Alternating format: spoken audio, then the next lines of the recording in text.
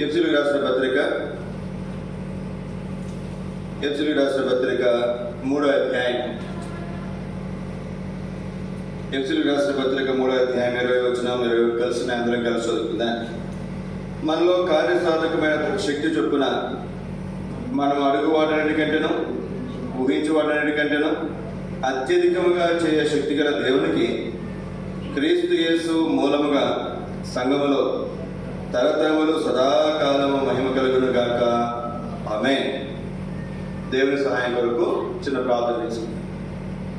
మోకరించగలిగినటువంటి వారు మోకరించండి, మోకరించలేని వారు దయతో మీ తలలో ఉంచవలసిందిగా ప్రభుపేట మీకు మనవి చేస్తున్నాను.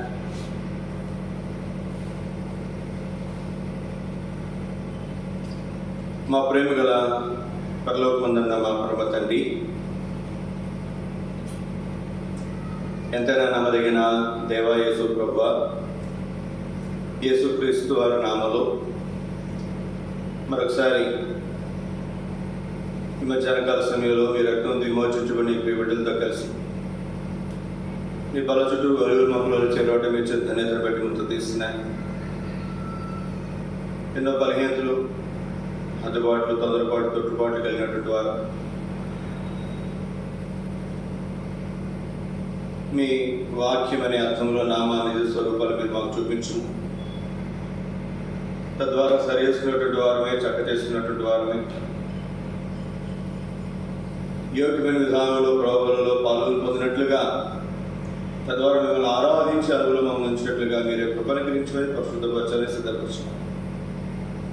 మీ కృప మెండుగా మీరు మాకు అనుగ్రహించమని మీ సన్నిధిలో మేము ప్రార్థన చేస్తాం. మీ నాటు నుండి వచ్చే దయగల మాటలు బట్టి, నిత్య జీవనానికి ఊరేడి మాటలు బట్టి ముందు తీస్తాం. మీ కృప మెండుగా మీరు మాకు అనుగ్రహించమని మీ నమ్మకత్వాన్ని మీరు రుజువుపరచుకోండి. యేసు పరిశుద్ధ నామమున స్తుతించి ప్రార్థించి అడిగి వేడుకుంటున్నాము తండ్రి. ఆమేన్.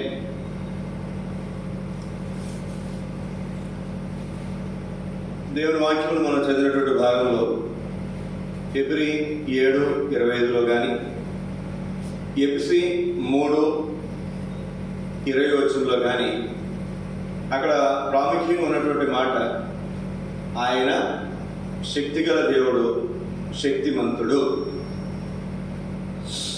ఇది మనం ఈరోజు మనం చదివినటువంటి లేఖన భాగాల్లో మనం చూసినటువంటి మాట. దాన్ని ఆ శక్తిగల దేవుడు, శక్తిమంతుడు అనే మాటను మనం ఆధారం చేసుకుని ఆరాధన వర్తమానంలో 5 తలంపులు మనం చూస్తూ వచ్చారు. రెండవ వర్తమానం కొరకు కూడా ఒక 5 తలంపులు చూడటానికి మనం ప్రయత్నించాం. ఒక 5 తలంపులు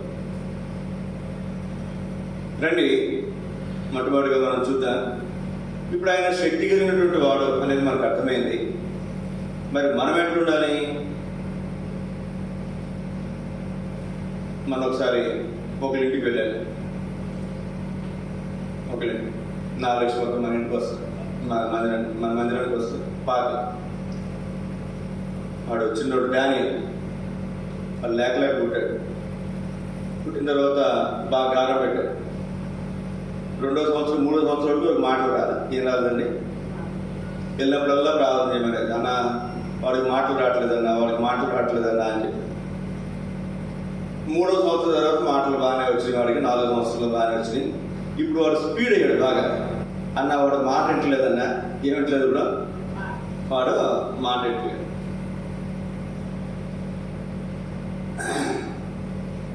సరే, వాళ్ళ ఇంటికి వెళ్తే వాడు అప్పుడు ఫోన్ చేస్తాడు. ఫోన్ చేసి, పాస్టర్ బాగున్నావా? వాళ్ళ ఇంట్లో వాళ్ళ అమ్మమ్మ వాళ్ళు కూడా నన్ను ఏమని పిలుస్తారంటే పాస్టర్ అని పిలుస్తారు. చాలామంది పాస్టర్ కాదు అనేది తక్కువ, కొంతమంది జనరల్గా పాస్టర్ బాగున్నావా అంటారు. వాళ్ళ అమ్మమ్మ, వాళ్ళ నాన్నమ్మ. వీళ్ళు ఏమని పిలుస్తారో పాస్టర్ బాగున్నావా అంటాడు. ఫోన్ చేస్తాడు, వాట్సాప్ కాల్ చేస్తాడు. మనం ఫోన్ చేశాడు 10 రోజుల క్రితం, పాస్టర్ మా తమ్ముడికి ఏం పేరు పెడతాం? వాళ్ళ తమ్ముడు పుట్టాడు, ఏం పెట్టాలంటే ఏం పేరు పెడుతున్నా? సరే, వాడి ఇంటికి వెళ్ళినప్పుడు కూడా వాడికి అమితమైనటువంటి ప్రేమ. ఏం ప్రేమ చెప్పండి? అమితమైనటువంటి ప్రేమ. అందుకే ఆ చదువుతో వాడు అట్లా మాట్లాడుతుంటాడు. వాడు ఎలాగైనా గట్టిగా గట్టిగా పట్టుకుంటాడు, 2 నిమిషాలు వదలదు. బాగా అయితే ఈ అమితమైన ప్రేమ ఏమవుతుందంటే, వాళ్ళేమో వాళ్ళ అమ్మ నాన్న గారం పెట్టారుగా, వాళ్ళని చేయాడిస్తాడు వీడిని వాళ్ళు చేయాడించడం కాదు, వీడే ఎదురు కొడతాడు వాళ్ళని. అట్లా అప్పుడప్పుడు కూడా నా మీద కూడా చేయలేపుతున్నాడు కొట్టాడు కదా. వాళ్ళ అమ్మ నాన్న ఏమంటారంటే, రే పాస్టర్ గారు ఆయన చేయలేపుతాడు, 2 పీగుతారు వాడు. సరే అంతవరకు బాగా.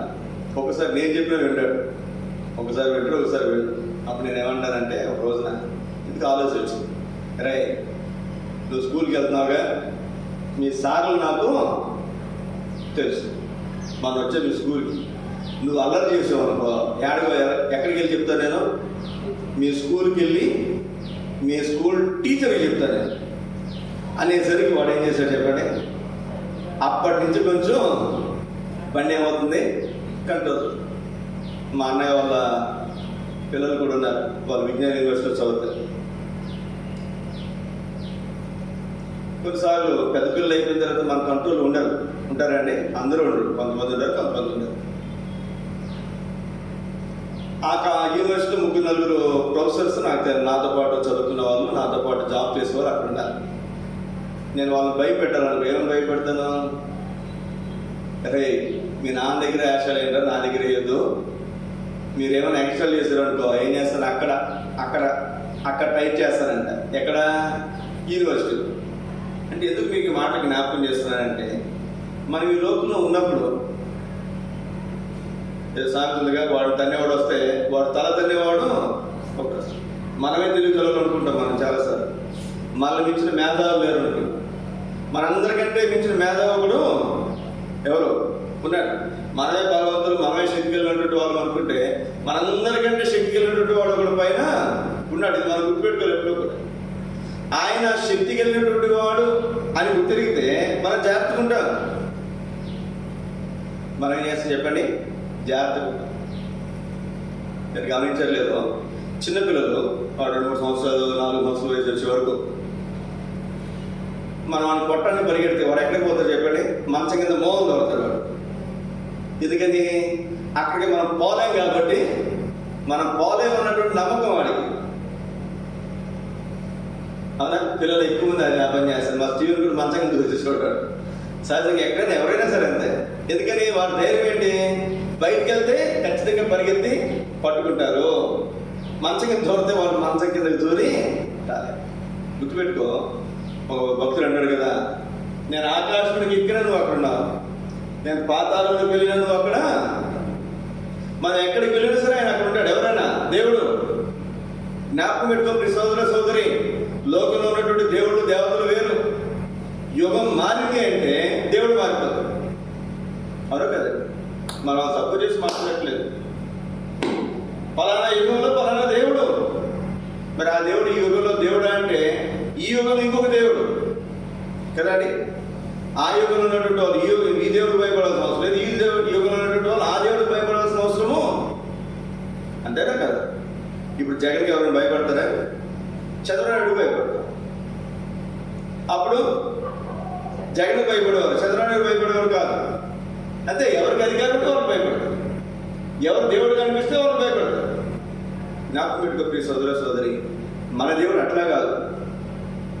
దేశానికి ఒక దేవుడు కాదు,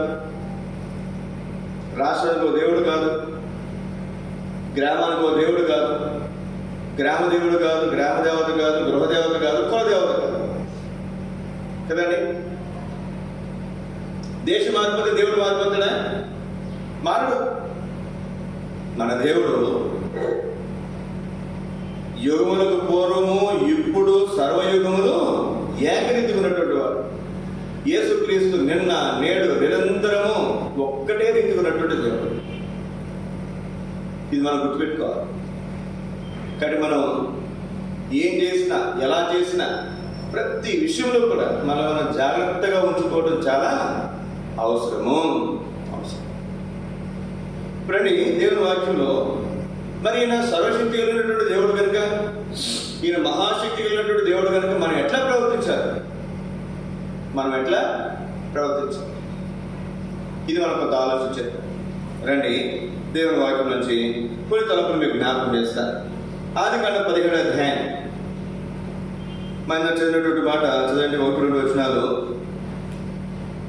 ఆదికాండం 17వ అధ్యాయము మొదటి 2 వచనాలు. అబ్రహాము 99 ఏండ్ల వాడైనప్పుడు యెహోవా అతనికి ప్రత్యక్షమై, నేను సర్వశక్తి గల దేవుడను, నా సన్నిధిలో నడుచు నిందారహితుడు ఎండుము, నాకును నీకును మధ్య నా నిబంధనలను నియమించి నేను అత్యధికంగా అభివృద్ధి పొందించిందని అతనితో చెప్పాను. నేను సర్వశక్తి గల దేవుడను అని చెప్తూనే ఏమన్నా చెప్పండి, ఆయన సన్నిధిలో నడుచుచు ఎలా ఉండాలంట? నిందారహితుడు అయ్యుండు. ఆయన సర్వశక్తి కలిగినటువంటి దేవుడు మనం అనుకుంటారు. ఆయనకేం తెలుసులే, ఆయన ఏమింటాడులే.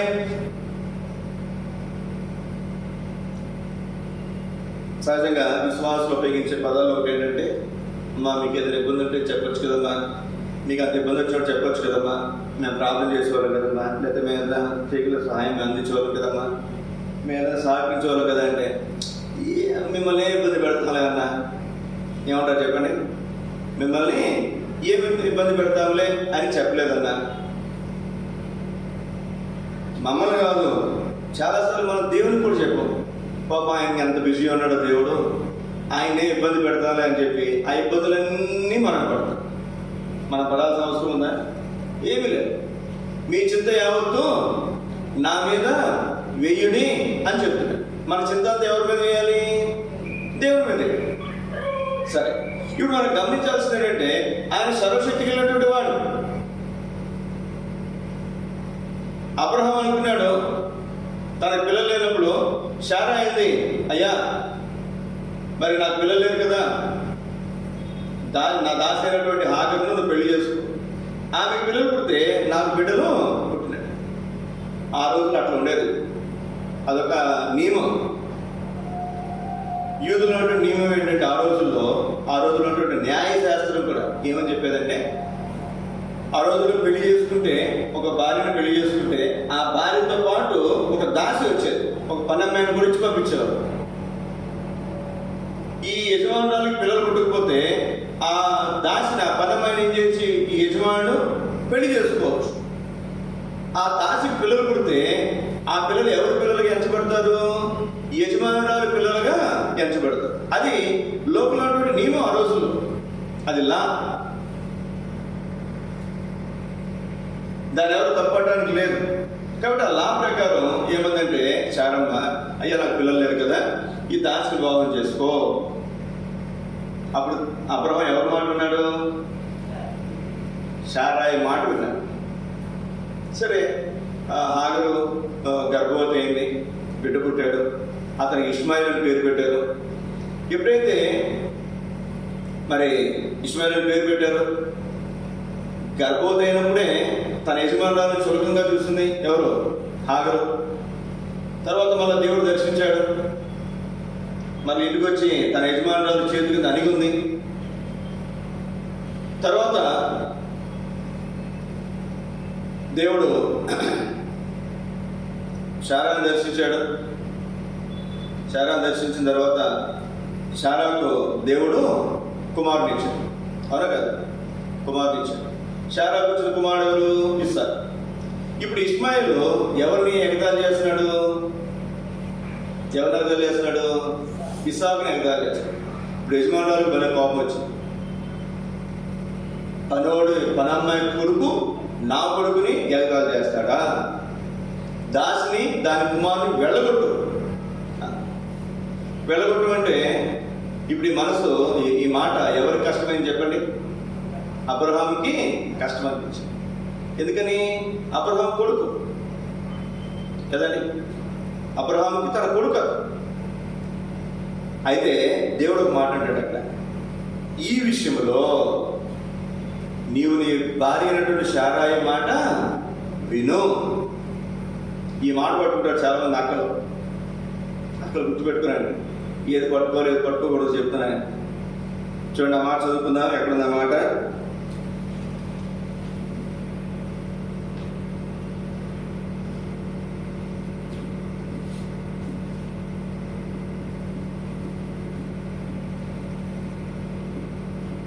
21వ అధ్యాయం.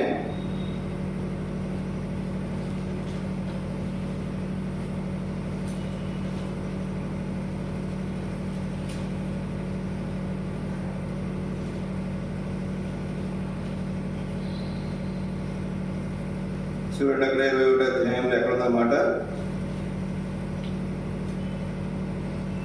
12వ వచనం. అయితే దేవుడు ఈ చిన్నవాణిని బట్టి, 21వ అధ్యాయం ఆదికాండం 12వ వచనం, ఈ చిన్నవాణిని బట్టి నీ దాసిని బట్టి నువ్వు దుఃఖపడవద్దు. శారా నీతో చెప్పు ప్రతి విషయములో ఆమె మాట వినుము. ఇస్సాకు వలన అయినదియే నీ సంతానము. శారా నీతో చెప్పు ప్రతి విషయములో ఆమె మాట విను. అబ్రహాము దేవుడు ఏమన్నాడు చెప్పండి? ఎవరి మాట విను? శారా చెప్పు ప్రతి విషయంలో. ఈ మాట జాగ్రత్తగా ఆలోచించి. ఎఫెసీయులకు రాసిన పత్రికలోనేమో నీ స్వపురుషునికి లోబడి ఉండు, అన్ని విషయాలలో అతనికి లోబడి.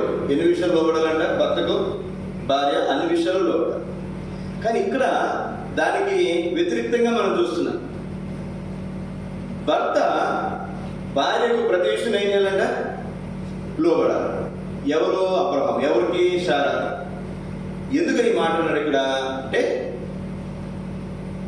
ప్రతి విషయంలో అంటే ఈ సందర్భాన్ని గురించిన ప్రతి విషయంలో. ఏ సందర్భం అది?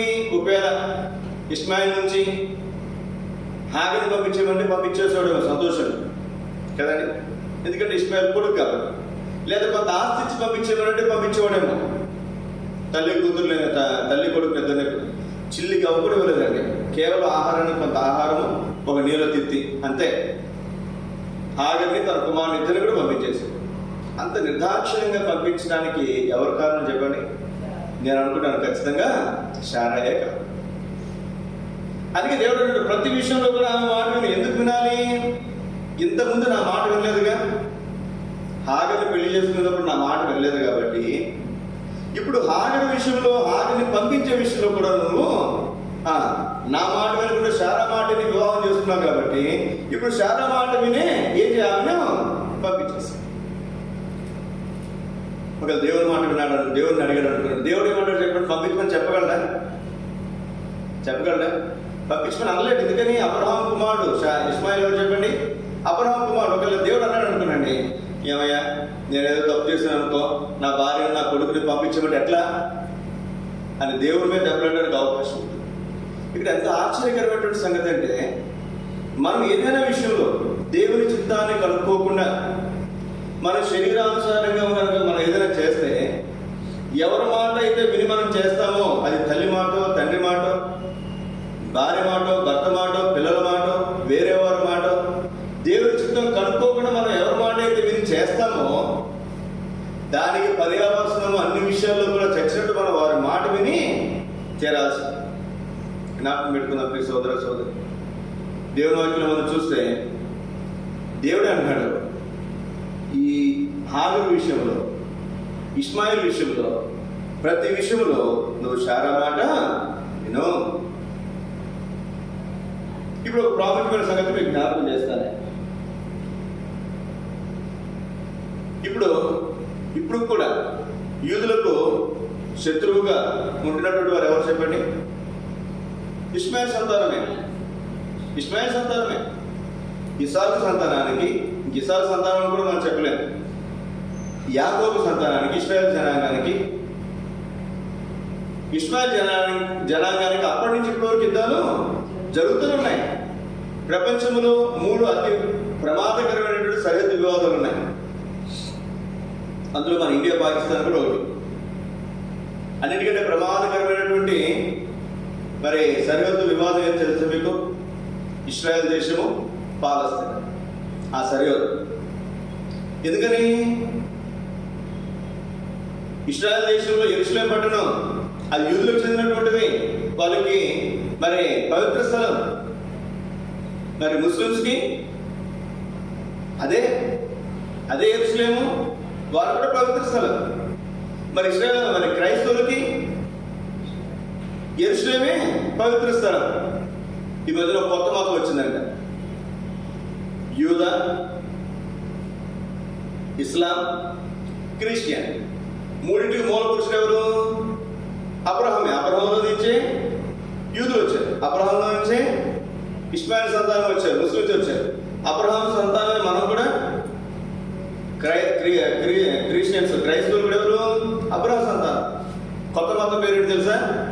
అబ్రహామీ మతం. అబ్రహామీ మతం ఇది కొత్త మతం. ఇది ఇందులో ఎవరు ఉంటారు? ముగ్గురు ఉంటారు. యూదులు ఉంటారు, ముస్లిమ్స్ ఉంటారు, క్రైస్తవులు ఉంటారు. అర్థమవుతుందండి? ఇప్పుడు కూడా మన ఇండియాలో కొంతమంది మరి ఏదైనా బస్సులు ఇట్లా ఏదైనా వాహనం ఎక్కడ పడతారు, మూడు ఏమంటారు దాన్ని, అదే మన యేసుక్రీస్తు, అల్లా, ఈశ్వర్, అల్లా, యేసు, ఈశ్వర్, అల్లా, యేసు, ముగ్గురు ఒకటే అని చెప్పి ముగ్గురు దేవులకు సంబంధించినటువంటి మూడు ఆ సింబల్స్ వేసి బయట అమ్ముతారు కూడా. కొంతమంది అది పెట్టుకుంటారు, ముగ్గురు మాకు ఒకటేనండి అంటారు. ఇప్పుడు మనం హిందువులు, ముస్లిమ్స్, క్రైస్తవులు ఒకటే మన దేశం ఏ విధంగా చెప్తున్నారు. యెరూషలేంలో కూడా అబ్రహామీ మతం లేదా ఇబ్రహీమీ మతం. వాళ్ళు ఏమంటారంటే యూదులు, ఇస్లామీయులు, తర్వాత క్రైస్తవులు ఒకటే. వీళ్ళందరికీ మూల పురుషుడు ఎవరు? అబ్రహామే. మన అబ్రహాం పిలుస్తాం, యూదులు అబ్రహాం పిలుస్తారు, ముస్లిమ్స్ ఏమో ఇబ్రహీం అని పిలుస్తారు, అంతే. విజయవాడలో ఇబ్రహీంపట్నం ఉంది. ఇబ్రహీంపట్నం అంటే ఎవరు? అబ్రహామే. మన యెహోవా అంటారు, వాళ్ళేమో ముస్లిమ్స్ ఏమంటారు చెప్పండి? అల్లా అంటారు. అల్లా అంటే ఏం చెప్పండి? యెహోవానే. అల్లా అన్న యెహోవా అన్న ఒకటే. మనం ఏమంటాం? యెహోవా అన్న యేసుక్రీస్తు అన్న ఒకటే. అక్కడైతే ఆ భాషను బట్టి పేరు మారుతుంది. అర్థమవుతుందండి? జీసస్ అంటారు, తెలుగులో వచ్చేసరికి యేసు అంటారు, ఇంగ్లీష్లో జెహోవా, తెలుగులో యెహోవా. అలాగే సంస్కృత మరి ఇస్లాంలోకి వెళ్ళేసరికి వాళ్ళు అల్లా అని పిలుస్తారు. అల్లా అంటే ఎవరు? యెహోవా. మనం గమనించాల్సినటువంటి ప్రాముఖ్యమైనటువంటి సంగతి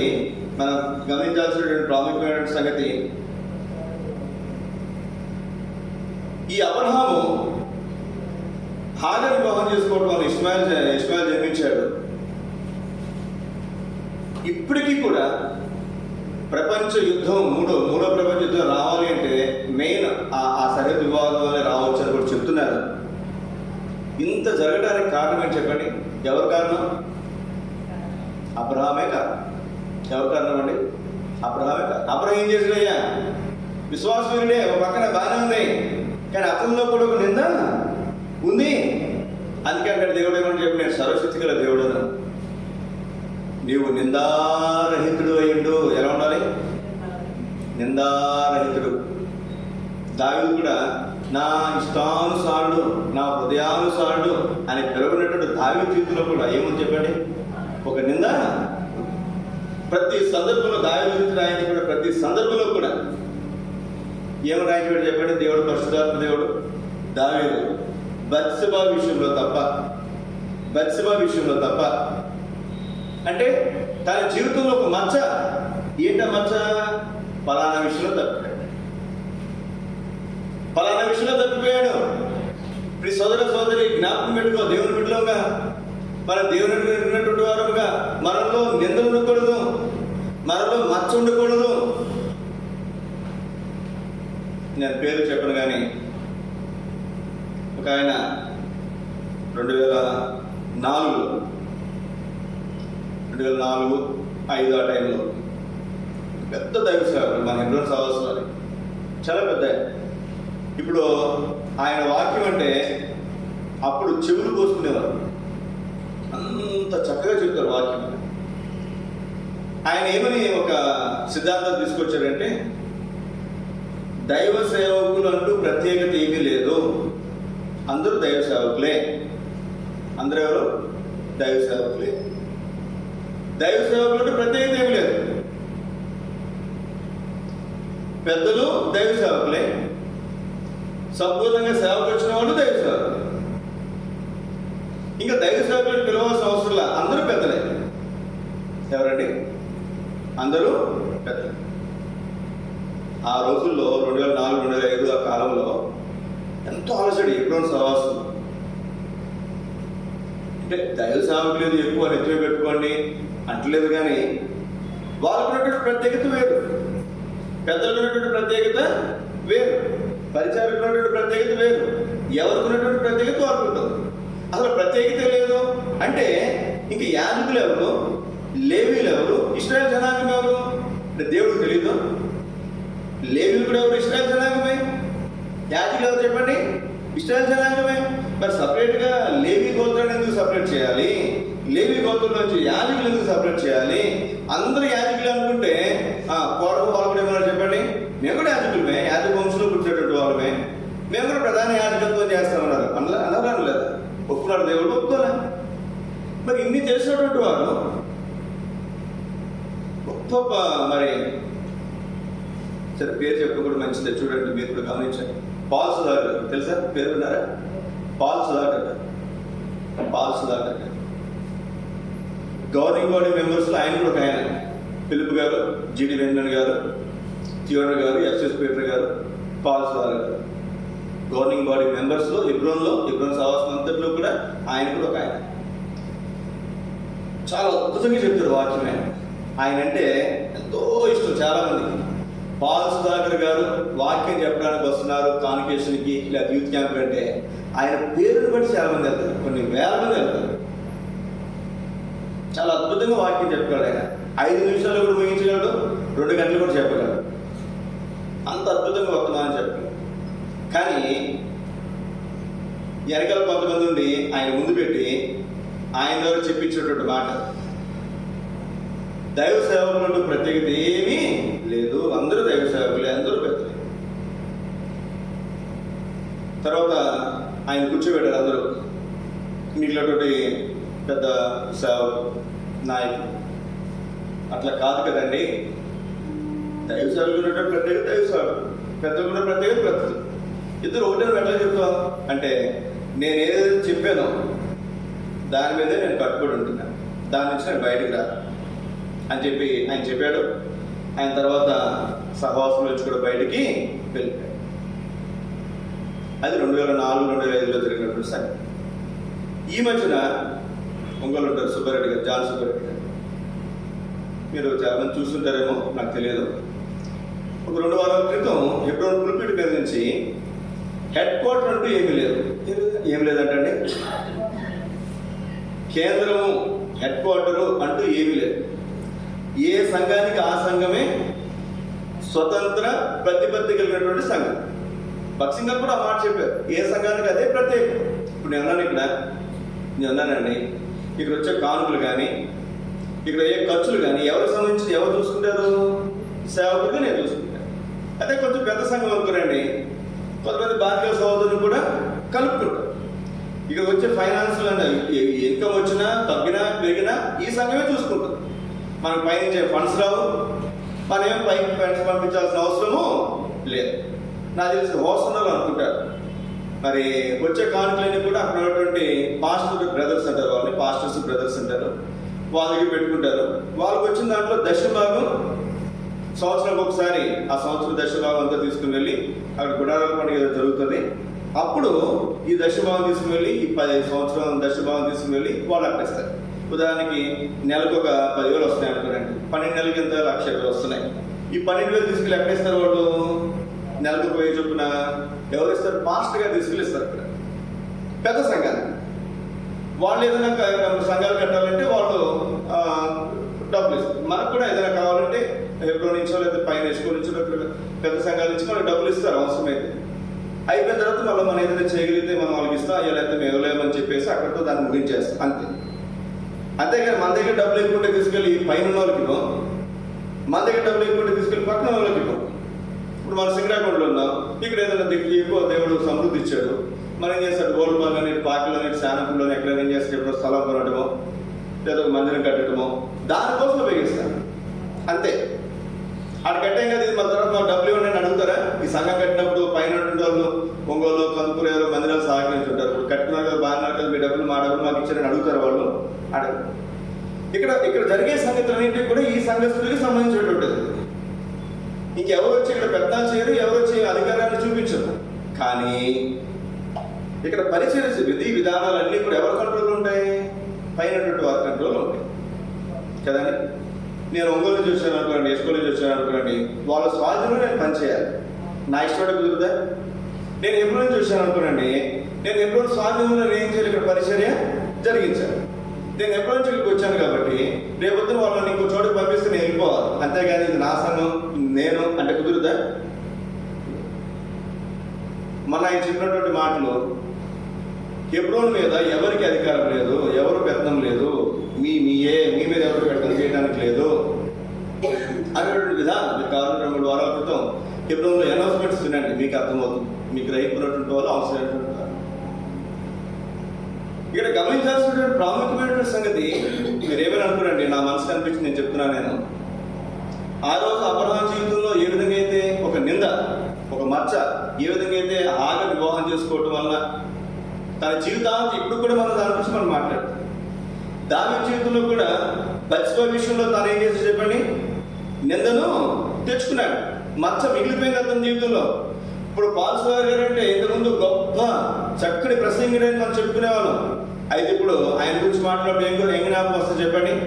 ఆయన చెప్పినటువంటి తప్పు సిద్ధాంతం మనకు. నేను అంకుల్ గురించి కూడా నేను విన్నప్పుడు అయ్యో ఏంటి ఇన్ని సంవత్సరాల పరిచర్య, అదొక మచ్చగా మిగిలిపోయింది. నేను ఎక్కడో ఇంట్లో మాట్లాడితే వేరే విషయం, నేను గురిపెట్టి గురించి మాట్లాడతాను అనుకున్నాను. ఇక్కడ నేను లైవ్ పెడుతున్నాను. ఈ లైవ్ వేరు, పెద్ద సంఘాలు ఉన్నటువంటి లైవ్ వేరు. అది మొత్తం దేశాలు దాటి కూడా పోతుంది, అవును కదా? అది తొలగించడానికి అవకాశము ఉండదు. మళ్ళీ నేను సరి చేసుకుని నేను ఆ రోజు చెప్పింది లేదా నెల చెప్పింది లేదా పొలాతో చెప్పింది తప్పు పొరపాటు అని నేను చెప్తే తప్ప ఇంకా దాన్ని మార్చడానికి ఎవరి వల్ల కూడా నాకు పెట్టినప్పుడు సోదరి నువ్వు నేను ఎంత గొప్ప విశ్వాసులమైన లేదా మాలాంటి సేవకులు మేమే ఎంత సేవకులమైన మనలో నింద తెచ్చుకోవడానికి అవకాశం ఉంటుంది. అందుకే దేవుడు ఎవరో చెప్పండి, నేను సర్వశక్తి గల దేవుడను, నా సన్నిధిలో నడుచుచు నిందారహితుడు, మచ్చలేకుండా జీవించు. చాలా మంది ఎట్లా ఉన్నారంటే ఈ రోజుల్లో ఎట్లా పడితే అట్లా జీవిస్తున్నారు, ఎట్లా పడితే అట్లా మాట్లాడుతున్నారు. జ్ఞాపకం పెట్టుకుందాం మీ సోదరి. ఇంతకుముందు ఒక 10 సంవత్సరాలు వెనక్కి వెళ్తే అసెంబ్లీలో ఏం జరుగుతున్నా, లోక్సభలో ఏం జరుగుతున్నా ఎవరికి తెలియదు. ఇప్పుడు ప్రతిదీ లైవ్ వచ్చేస్తుంది. ఎవరో తప్పు మాట మాట్లాడారు అనుకోనండి, వెంటనే వాళ్ళు ఏమన్నా చెప్పండి, పక్కన వెంకలేస్తారు, నువ్వు చెప్పేది తప్ప నొప్పుకో, లేకపోతే కనుక ఊరుకో. వీళ్ళు కూడా ఏం చేస్తారు, దాని మీద నిలబడితే నేను మాట్లాడేది కరెక్టే, దాన్ని అట్లాగే వచ్చిందని చెప్తాను. లేదంటే ఏమన్నా చెప్పండి, నేను మాట్లాడేది పొరపాటు అని దాని రికార్డులోంచి తొలగించమంటాను. జ్ఞాపకం పెట్టినప్పుడు సోదరి లోకంలో రికార్డులు అయితే మనం తొలగించుకోవచ్చు, కానీ దేవుని దగ్గర మాత్రం ఆ రికార్డులోంచి నువ్వు నేను తొలగించడం మన వలన సాధ్యమయ్యే సంగతి కాదు. కానీ మధ్యాహ్న కాల సమయంలో సోదరు దేవుని బిడ్డలైనటువంటి మనం గమనించాల్సినటువంటి ప్రాముఖ్యమైనటువంటి సంగతి ఏమిటి అంటే, దేవుని సన్నిధిలో మనం నడుచుకుంటూ నిందారహితులుగా మనం ఉండాలి. నింద లేనటువంటి వారంగా మనం జీవించాలి, మచ్చలేనటువంటి వారంగా మనం జీవించాలి, మచ్చలేనటువంటి వారంగా మనము జీవించాలి. ద్వితీయోపదేశకాండ 6వ అధ్యాయంలో మనం చదువుతాం 5వ వచనంలో 4వ వచనం, ఇశ్రాయేలు వినుము, మన దేవుడైన యెహోవా అద్వితీయుడైన యెహోవా నీ పూర్ణ హృదయంతోను, నీ పూర్ణ ఆత్మతో, నీ పూర్ణ శక్తితోను నీ దేవుడిని యెహోవాను ప్రేమించు. నిందారహితుడిగా ఉండు, మచ్చలేనటువంటి వ్యక్తిగా ఉండు, పూర్ణ వివేచనతో, పూర్ణ శక్తితో, పూర్ణ బలముతో, పూర్ణ హృదయంతో నీ దేవుడైన యెహోవాను ప్రేమించు. మనం దేవుని ప్రేమిద్దాం. అబ్రహాము తన బిడ్డలు కావాలి, అందుకేం చేసి చెప్పండి, లోకంలో ఉన్న పద్ధతులు ప్రేమించాడు. దావీదు యుద్ధానికి వెళ్లకుండా భ్రష్టు అయిపోయాడు. ఇక్కడ మన జీవితంలో కూడా ఏదో మనం ఈ లోకంలో ఉన్నటువంటి సంగతుల్లో మనం ప్రేమిస్తే మన జీవితాల్లో ఎప్పటికీ కూడా ఒక మచ్చ మిగిలిపోయే సాధ్యత ఉంది. కాబట్టి మన హృదయాలు మనం పరీక్షించుకుని శరీరం చక్కపరుచుకునే వారంగా మనం ఉండాలి. నిర్గమకాండం 32వ అధ్యాయము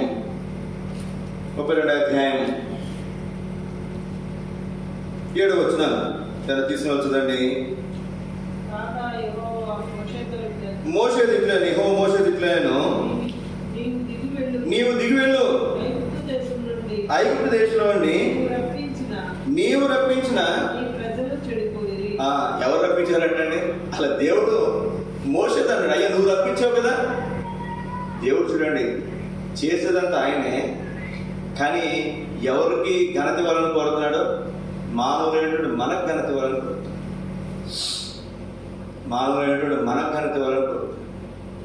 ఇప్పుడు నేను వెళ్ళాను వాళ్ళ ఇంటికి, ప్రార్థన చేశాను, వాళ్ళకి మేలు జరిగింది, లేదా వాళ్ళకి స్వస్థత వచ్చింది. మీరు ఏమంటారు చెప్పండి? అన్నా నువ్వు ప్రార్థన చేస్తావు అన్నామన్నా, దేవుడు మేలు చేశారన్నా. చేసింది ఎవరండి? దేవుడు.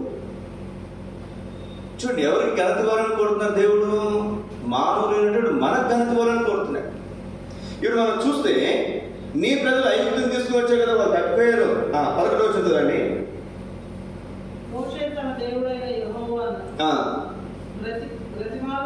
ప్రతిమాలుకుని యెహోవా నీవు మహాశక్తి వలన బాహుబలం వలన ఐగుప్తు దేశంలో నుండి రప్పించిన నీ ప్రజల మీద ఏమో మోషే, దేవుడేమో మోషే నీ ప్రజలు అంటుంటే మోషే ఏమన్నా చెప్పండి, దేవా వారు నీ ప్రజలు, నువ్వు రప్పించేవారిని. మనం అంటావా? మనం అయితే చంకలు కొట్టేసుకుంటాం, మనం మొల చెట్టు ఎక్కేస్తాం. నువ్వే ఐగుప్తు నుంచి విడిపించిందంటే అప్పుడు నిజమేనండి, నేనే తీసుకొచ్చిన వాళ్ళంట. కానీ మోషే ఏమన్నాడు చెప్పండి, నువ్వు నీ మహాశక్తి వలన నీ బాహుబలం వలన ఐగుప్తు దేశంలో వారు నువ్వు రప్పించావు. ఎంత ఆశ్చర్యకరమైనటువంటి సంగతి. ఇప్పుడు మనం గమనించాల్సినటువంటి ప్రాముఖ్యమైన సంగతి, దేవుడు విడిపించినటువంటి ప్రజల మీద దేవునికి ఏమొచ్చిందంటే కోపం వచ్చింది. ఎందుకు వచ్చింది? ఐగుప్తు నుంచి, విగ్రహారాధన నుంచి, అలవాటు నుంచి, ఆచారాల నుంచి విడిపిస్తే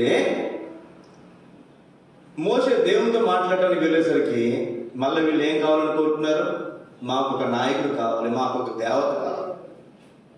చూడండి క్రైస్తవులు కూడా చాలా మంది మరి ముందు ఆరంభంలో చాలా చక్కగా వస్తారు మందిరానికి, అసలు దేవుళ్ళు దేవతలు అన్నింటినీ విడిచిపెట్టేస్తారు. కొన్ని రోజులు అయిన తర్వాత మళ్ళీ పాత ఏ గుర్తొస్తుంది, పాత ఏ గుర్తొస్తుంది, మళ్ళీ దేవుళ్ళ దగ్గరికి, మళ్ళీ దేవతలు వెళ్ళిపోతారు. ఒకవేళ నువ్వు పూర్తిగా మారకపోతే అది నీ ఇష్టం, నువ్వు ఎక్కడైనా ఉండొచ్చు, తప్పేం కాదు.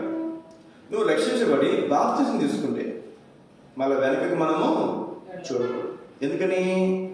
వీళ్ళేమో ఐగుప్తు నుంచి విడిపించబడ్డారు అంటే రక్షించబడ్డారు, ఎర్ర సముద్రంలో వారు దాటి వచ్చారు, అది బాప్తిసాన్ని చూపిస్తుంది. ఒక వ్యక్తి రక్షించబడిన తర్వాత బాప్తిసం తీసుకున్న తర్వాత మళ్ళీ వెనకకు తిరగకూడదు, దేవుడి వైపు దేవతల వైపు తిరగకూడదు, దేవుడి వైపు దేవతల వైపు తిరగకూడదు. నేను ఒక సందర్భంలో ఒక మాట చెప్పాను, బైబిల్ ఉంది, మాట ఆధారం చేసుకుని నేను కూడా ఏమన్నానంటే, ఎవరైనా మన ముఖ్య స్నేహితులు, బంధువులు ఎవరైనా కనుక విగ్రహారాధన ఏదైనా సంబంధించినటువంటి సంగతిలో ఉంటే, వాళ్ళు ఏదైనా జరిగిన పెళ్లికో పేరంటానికి పిలిస్తే ఏం చేయాలి? మనం వాళ్ళు పోగొట్టుకోకూడదు, వెళ్ళి కనిపించి రావాలి. బైబిల్ ఉందన్నమాట. అన్యుడు ఎవరైనా పాపం చేస్తే మనిషి దేవుని నమ్ముకున్నటువంటి వ్యక్తి ఎవరైనా పాపం చేసి దేవునికి దూరంగా ఉంటే అతనికి దూరంగా ఉండాలి. కానీ అన్యులు వారికి తెలియదు, వారి గ్రహాలను ఇంకో దాంటున్నారు, బంధుత్వం రక్త సంబంధం వదులుకొని దేవుని వాక్యం చెప్పి అట్లా నువ్వు చేయాలనుకుంటే నువ్వు ఈ లోకాన్ని విడిచి వేరే లోకానికి వెళ్ళిపోవాలి. తెలియదండి. చూడండి అన్నమాట. కొరింథీయులకు రాసిన రెండవ పత్రిక, కొరింథీయులకు రాసిన రెండవ పత్రిక చదవండి.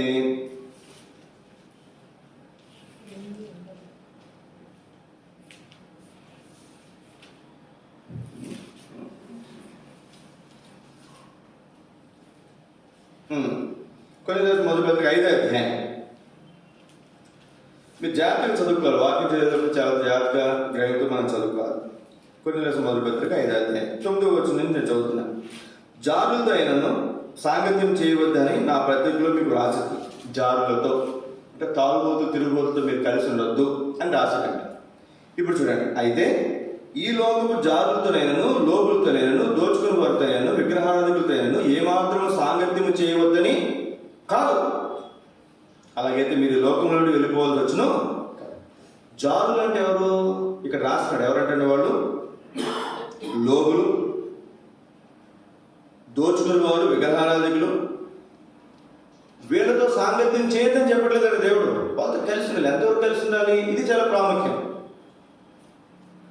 ఎంతవరకు కలిసి ఉండాలండి?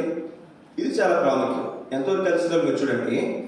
ఎవరితో ఏ విధంగా ఉండాలో మనం అర్థం చేసుకోవాలి. 5వ అధ్యాయము 11వ వచనం. ఇప్పుడైతే సహోదరుడనబడిన వాడు ఎవడైనా జారుడు కానీ, లోబి కానీ, విగ్రహారాధకుడు కానీ, తిట్టుబోతు కానీ, త్రాగుబోతు కానీ, దోచుకున్నవాడు కానీ అయ్యున్న ఎడల అట్టి వానితో సాంగత్యం చేయకూడదు, భుజింపునకూడదని మీకు రాయించున్నాను. రక్షించబడ్డామని చెప్తూ కూడా విగ్రహారాధన చేస్తే, బాప్తిజం తీసుకున్నామని చెప్తూ కూడా విగ్రహారాధన చేస్తే, త్రాగుబోతులుగా, తిరుగుబోతులుగా ఉన్నారు కొంతమంది. ఆధారం చర్చకొస్తారు, రక్షించబడ్డారని చెప్తారు, బాప్తిజం తీసుకున్నారని చెప్తారు, ప్రాబ్లంలో పాల్గొంటారు. మరి ఇంటికి తర్వాత తింటారు, త్రాగుతారు, తిరుగుబోతులు ఉంటారు, త్రాగుబోతులు ఉంటారు కొంతమంది. అట్లాంటి వారితో మనం ఏం చేయకూడదంటే కలిసి ఉండకూడదు. ఎందుకని? అరే వాడు బాప్తిజం తీసుకున్నాడు, వాడు త్రాగుతున్నాడు, కాబట్టి నేను కూడా బాప్తిజం తీసుకుని కూడా ఏం చేయొచ్చు, త్రాగచ్చు. అది కాదండి. అట్లాంటి వారితో దూరంగా ఉండాలి. చర్చకు వస్తూ కూడా అలవాట్లు మానుకున్నటువంటి వారికి దూరంగా ఉండాలి. దేవుడు నమ్ముకున్నామని ఎరిగి కూడా అలవాట్లు మానుకునేటువంటి వారికి దూరంగా ఉండాలి. పాప అలవాట్లు చేసేవారు. దేవుని మందిరానికి వస్తూ పాపాలు చేస్తారు అసలు వాడు. ఆ స్త్రీ ఆ పురుషుడు ఎలా చేస్తారు పాపం? చేసేవాడు కొంతమంది ఉన్నారు. అట్లాంటి వారికి దూరంగా ఉండాలి. అది దేవుని వాక్యం మనం చూస్తాం. అట్లా కాకుండా మన బంధువులు ఉన్నారు. నా చెల్లో, నా తమ్ముడు, నా అక్కో, నా అమ్మ, మా బాబాయ్లో, మా పిల్లో, మా మేనత్తలో, మా మేనమ్మలో ఎవరు ఉన్నారు? బంధువులు ఉన్నారు. వాళ్ళు దేవుడు జరగలేదు. వాళ్ళకి దూరం ఉండొద్దని చెప్పట్లేదు దేవుడు. అదే సమయంలో ఎంతవరకు కలిసి ఉండాలి? ఎంతవరకు కలిసి ఉండాలి చెప్పండి. పెళ్ళికి పిలిచారు, పెళ్ళికి వెళ్ళండి. నీకు ఏదైనా ఇష్టమైతే ఫంక్షన్ హాల్లో పెళ్ళి అనుకున్నాండి, వెళ్ళండి. నీకు భోజనం చేయాలనిపిస్తే భోజనం చేయి. అక్కడే మీకు పూజలు చేయని వాళ్ళు. ఇంకా చెప్పాలంటే మనం ప్రార్థన చేస్తాం భోజనం వడ్డించడం. వాళ్ళు భోజనం వడ్డించినప్పుడు పూజ చేయరు. అవునా కదా? పూజ చేయరు. వాళ్ళు చేసిన ఎక్కడ చేస్తారు? వాళ్ళు వండేటప్పుడు ఎప్పుడు చేసుకుంటారు, వాళ్ళ ఇంట్లో చేసుకుంటారు. నాకు తెలిసి ఏ పెళ్లి దగ్గర కూడా మన ముందెళ్ళి వంట చేసే మొదలుపెట్టినప్పుడు ప్రార్థన చేస్తారు. వడ్డించే ముందు ప్రార్థన చేస్తారు. వాళ్ళు ఎక్కడైనా పూజ చేయడం చూసారే? చేయరు. వాళ్ళు ఎక్కడ ఇంట్లో చేసుకుంటారు. పెళ్లి పైన ఎక్కడ జరుగుతుంది? కింద భోజనం జరుగుతుంది. అంతే కదండి. సహజంగా ఫంక్షన్ హాల్లో లేదా ఇంట్లో ఇంటి ఎదురుగా మండపం కడతారు, భోజనం ఇంకోసారి ఎక్కడ పెడతారు. ఆ భోజనం జరిగే దగ్గర పూజ జరగదండి. నీకు చేయాలనిపించి భోజనం చేయి, తప్పే ఉంది. బయట హోటల్కి వెళ్ళావు, అక్కడ వచ్చే కొబ్బరి చెప్పులు పక్కన గుళ్ళోకి వస్తున్నాయి, టిఫిన్ చేయట్లా? చేయొచ్చు. అంగడిలో అమ్మున్నదేదో నువ్వు కొనుక్కొని తినొచ్చు. కొనుక్కుని తినొచ్చు, తప్పేం కాదు. ఎప్పుడైనా స్వీట్ షాప్కి వెళ్ళావు, అక్కడ మామూలు లడ్డు ఉంటుంది, తిరుపతి లడ్డు అని చెప్పి ఆ మోడల్లో తయారు చేస్తారు లడ్డూలు. ఈ కేజీ 200 ఉంటాయి, కేజీ 400 ఉంటాయి. ఈ లడ్డు తినొచ్చు, తప్పే ఉంది. అది ప్రసాదం కాదు. అదే ప్రసాదం అండి కాదు. ప్రసాదం తీసుకొచ్చేస్తే తినకూడదు. అట్లాంటిది ఇక్కడ లడ్డు కొనుక్కుని తినొచ్చు మన షాప్లో ఏదైనా సరే. అలాగే నీ షాప్లో కొనుక్కుని తినొచ్చు కదా. అన్న చెప్పాడు కదా, మీరు గుడికి పోయి అక్కడ పోయి ప్రసాదం కొనుక్కుని తినేస్తే నేను దానికే చేయలేదు. అర్థమవుతుందండి. గ్రహింపు చాలా మన జాగ్రత్తగా ఉండాలి. కొనుక్కుని తినేది ఏదైనా కొనుక్కుని తినొచ్చారు కదా అన్న అని చెప్పి ఆ తిరుపతిలో లేదా ఎక్కడికి వెళ్ళి అక్కడికి వెళ్ళినప్పుడు లేదా గుళ్ళు ఏముంటే అయ్యా ప్రసాదం బాగుందంటే మీ దగ్గర లడ్డు బాగుంటుందంట, మరి లడ్డు మా ఒకటి ఇవ్వండి అని చెప్పి 4 లడ్డూలు మనం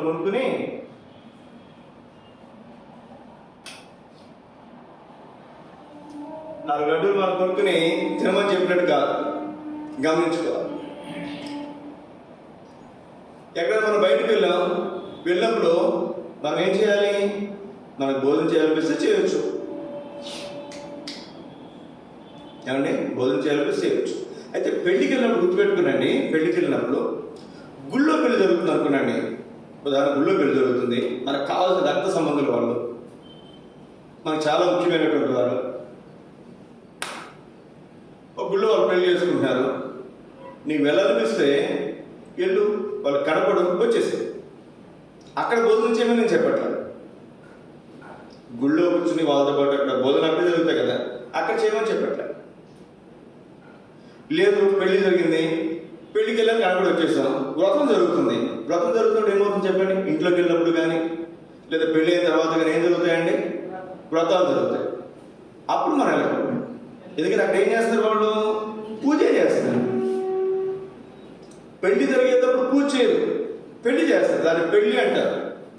వ్రతం జరిగేటప్పుడు జరిగేది పూజ అంట. అర్థమవుతుందండి?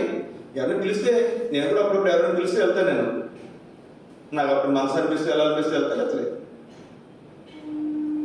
మనం గమనించాల్సినటువంటి సంగతులు మనం ఎంతవరకు వెళ్ళాలి, ఎంతవరకు వెళ్ళకూడదు. ఇప్పుడు ఒకవేళ నా రక్త సంబంధులే, వాళ్ళు హైందువులు, వాళ్ళు మారలేదు, వాళ్ళ అబ్బాయి పెళ్లి జరుగుతుంది, వాళ్ళు గుళ్ళో చేసుకోవట్లేదు, ఫంక్షన్ హాల్లో చేసుకున్నారు. అరే హిందువులు పెళ్లి చేసుకున్నారు కదా, నేను వెళ్తా మానేసే పెళ్లికి. రేపొద్దు నా కొడుకు పెళ్లి జరుగుతుంది, నేను ఫంక్షన్ హాల్లో పెట్టుకున్నాను, వాళ్ళు వస్తారా?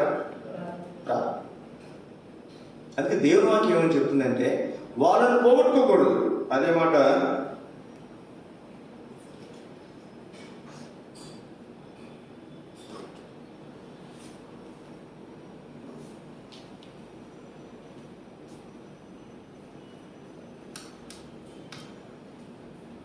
8వ అధ్యాయం అనుకుంటూ ఉంటుంది. మీరు తర్వాత చూడండి. ఇక్కడ మనం గమనించాల్సినటువంటి మాట ఏంటంటే మనం వాళ్ళ దగ్గరికి వెళ్ళకపోతే వాళ్ళు మన దగ్గరికి రా. వెళ్ళటం అనేది కూడా ఎంతవరకు వెళ్ళాలి? ఉదాహరణకి మనం చెప్తాం చూడండి. రేపు పొద్దున క్రిస్మస్ జరుగుతుంది, మనం ఇక్కడ మీటింగ్ పెట్టుకున్నాం, ఎవరో రమ్మని పిలిచాం, వాళ్ళు వినాయక చవితికి విగ్రహం వాళ్ళ ఇంటి దగ్గర ఏర్పాటు చేశారు. అరే మా విగ్రహం చేస్తాను, నువ్వు కూడా రారా అంటే మనం అక్కడ పోతామా? చెప్పండి. అట్లాంటి గ్రహింపు మనం కలిగి ఉండాలి. ఎంతవరకు వెళ్ళాలి? మామూలుగా ఏదైనా పెళ్ళి లేదా పుట్టినరోజు అట్లాంటివి ఏమైనా ఉంటే వెళ్ళొచ్చు. అంతేకాని పూజ జరుగుతున్నప్పుడు మనం అక్కడికి వెళ్ళదు. వాళ్ళు రమ్మని చెప్పాం, వాళ్ళు క్రిస్మస్కి రావాలంటే వాళ్ళు రావచ్చు, లేకపోతే మారవచ్చు. అంతేకాదు నేను క్రిస్మస్కి వచ్చాను కదా, నువ్వు మళ్ళీ పూజ జరుగుతుంది, మా పూజకి రమ్మంటే ఎలవని నేను చెప్పట్లా. గుర్తుపెట్టుకోండి, ఈ మాట కూడా గుర్తుపెట్టుకోండి. నేనేం చేయలేదండి, అక్కడికి వెళ్ళి నిలబడ్డాను అంటే కూడా అది కూడా ఏమాత్రం సమంజసమైనటువంటి సంగతి కాదు. అక్కడ పూజ జరుగుతున్నప్పుడు ఆ స్థలం దగ్గరికి వెళ్ళకుండా ఉండటం అనేది అవసరము. ఒకవేళ నేను ఉన్నాను, నేను అక్కడ నిలబడ్డాను అనుకోనండి, మా ముఖ్య బంధువులు పక్కన నేను నిలబడ్డాను అనుకోనండి, మీరు ఎవరు చూశారు, అరే అన్న నిలబడ్డాడే, మనం కూడా వెళ్ళి ఏం చేయొచ్చు? నిలబడొచ్చండి, మనం కూడా పూజ చేయొచ్చు. పౌలు దాటాడు 8వ అధ్యాయం. మరి నేను మరి భోజన బంధిలో కూర్చుంటే ఎవరో బలహీనటువంటి మనసాక్షి కలిగినటువంటి వ్యక్తి ఏం చేస్తారు చెప్పండి? విగ్రహాలను బలర్పించింది కూడా తినడానికి సాహసం చేస్తారు. కాబట్టి ఆ బలహీనటువంటి మనసాక్షి కలిగినటువంటి వాడిని నేను తప్పుదో పట్టించుకున్న నిమిత్తం నేను అసలు మాంసమే తిన్నాను. ఎందుకంటే మీరు చదవని కావాలండి, మాంసం తిన్నాను. ఎందుకని ఈ మాంసం ఎక్కడి నుంచి వచ్చిందో అర్థం కావట్లేదు. ఈ మాంసం ఎక్కడి నుంచి వచ్చిందో, బలి అర్పించి వచ్చిందో తెలియట్లేదు, ఏమొచ్చిందో అర్థం కావట్లేదు. అరే మొన్న బలి అర్పించట్లా, అది పౌలు తిన్నారని నేను చూశాను అంటాడు. పౌలుకి సంగతి తెలియదు అది బలి అర్పించిందో కాదు. లేదు, అసలు విగ్రహాలు ఒట్టుకొని మనమే చెప్తున్నాం. విగ్రహాల దగ్గర పెడితే ఏముంది, పెట్టకపోతే ఏముంది? విగ్రహాల దగ్గర పెట్టిన ప్రసాదం తింటే ఏముంది, తింటపోతే ఏముంది? అదే అసలు ఒట్టి విగ్రహాలు మనమే చెప్తున్నాం. ఇంత గ్రహింపు నాకుంది అని చెప్పి నేను తిన్నాను అనుకోనండి, రేపు మీరే నైవేద్యం చేసుకెళ్ళి ఎవరు పెడతారు చెప్పండి? ఆ దేవుడికి దేవత పెట్టడానికి అవకాశం. కాబట్టి తగిన గ్రహింపు, వివేచన మనకు అవసరం. కాబట్టి మధ్యాహ్న కాల సమయంలో మనం గమనించాల్సినటువంటి మాట ఈ ఇశ్రాయేలు ప్రజలు ఏమడుగుతున్నారంటే, ఏం చేశారని చెప్పండి? రక్షించబడి బాప్తిజం తీసుకున్న తర్వాత లేదా మందిరానికి వస్తూ స్థిరంగా వస్తూ ఇప్పుడు కొన్ని రోజులు మోషే వాళ్ళు కనపడకపోయేసరికి వాళ్ళకి ఏం కావాలంట? దేవుడు కావాలి, విగ్రహం కావాలి. జ్ఞాపకం పెట్టుకున్నాం ప్రియ సోదరి. అందుకే దేవుడు ఏమన్నాడు మోషే నువ్వు తప్పుకో, వాళ్ళందరూ నేనేం చేస్తాను? సంహరించేస్తాను. ఇంకో సందర్భంలో కూడా అదే మాట, మోషే నువ్వు పక్కలే ముందు నేను అందరినీ సంహరించేసి నిన్ను నేను గొప్ప జనాంగంగా చేస్తాను. అహరోను సంతానం మనకు తెలుసు, కానీ మోషే సంతానం మనకు తెలియదు. అవునా కదండి? మోషే సంతానం గురించి ఎక్కడ ప్రత్యేకంగా పెద్దగా రాయబడ్డా, కానీ మోషే గురించి తెలియనటువంటి ఎవరు లేడు.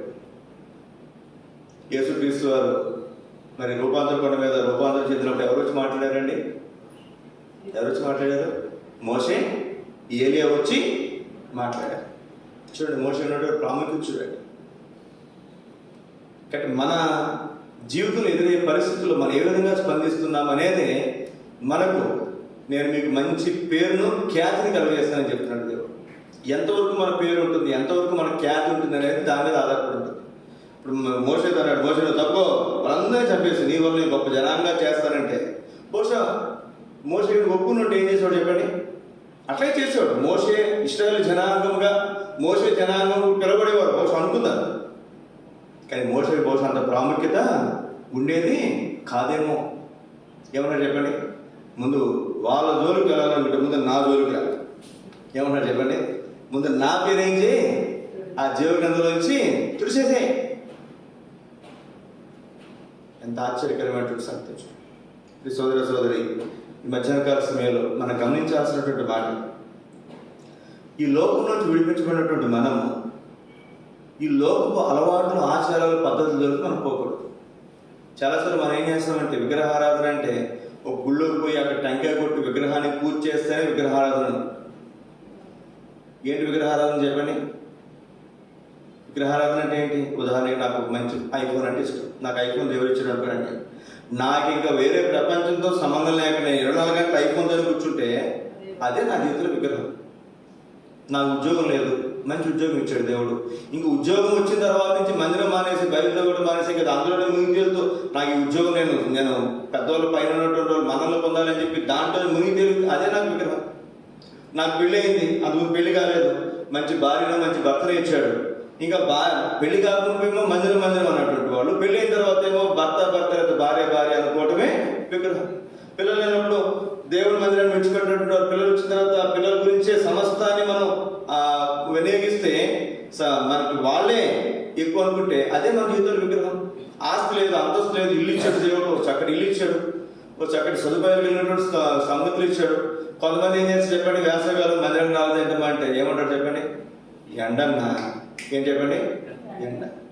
మరి రెండేది ఏం చేస్తాం? ఇంట్లో ఎండ లేదంటే ఏసీ ఉంది కదన్నా. ఏసీ ఇచ్చింది ఎవరు? ఏసీ ఇవ్వకపోతే ఏడకు వచ్చేదాన్ని చెప్పు, మందిరం కూర్చో. ఏసీ దేవుడు ఇచ్చాడు కాబట్టి ఏం చేస్తాం చెప్పండి? ఇంట్లో కూర్చొని ఏసీ వేసుకుని. అంటే దేవుడి కంటే ఏదైతే మన జీవితాల్లో ఎక్కువ అవుతుందో అదే మన జీవితాల్లో